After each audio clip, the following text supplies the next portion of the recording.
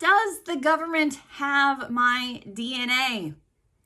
Hi, this is Liddy Kaiser at clearancejobs.com. That is one of the questions that we get over at clearancejobs.com. And you might have that question because you're thinking about your fingerprint submission and thinking about other DNA the government might have access to as a part of the security clearance background investigation process. So if you have or have not been through a security clearance recently, you may recall that yes, fingerprints are required as a part of that process.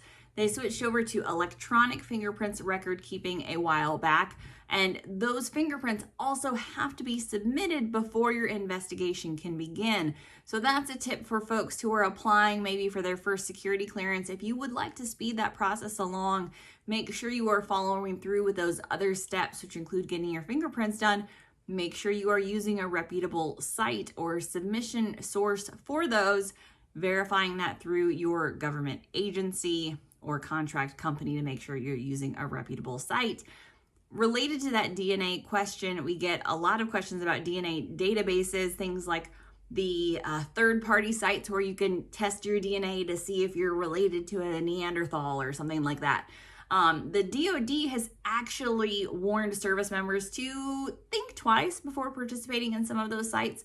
Some of those sites have come under fire for not necessarily protecting that data super well. There have been a lot of news reports and studies about that, and even reports about how some of that information has gone into the FBI database, searching for criminal records. Yes, the FBI does have a comprehensive DNA database.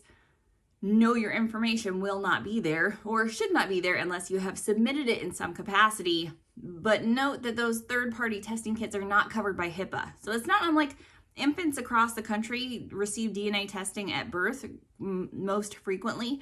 That information would be protected by HIPAA in contrast to, hey, I swabbed my mouth and submitted it to a third party. That information is protected by whatever contract, whatever agreement you have between that third party. It is not medical information. It's not being used in a medical capacity. It does not have the same protection. So reading the fine print is super important. Does the government writ large have a DNA database? Yes. Is your information in there? It depends on if you've submitted it or have released it or have some capacity where it would be there for some other reason. So there is not this across the board DNA avenue for every individual person. Are we getting to a place where we could get there? I don't know.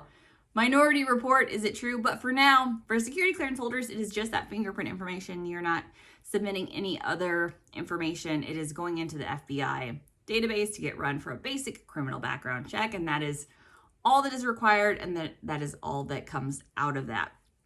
As far as DNA testing kits, again, the government had just said, think with caution, proceed with caution, be wise about where you are submitting your data, because if it is submitted in a commercial capacity, it is not covered by HIPAA, and yes, it could end up in some other database somewhere.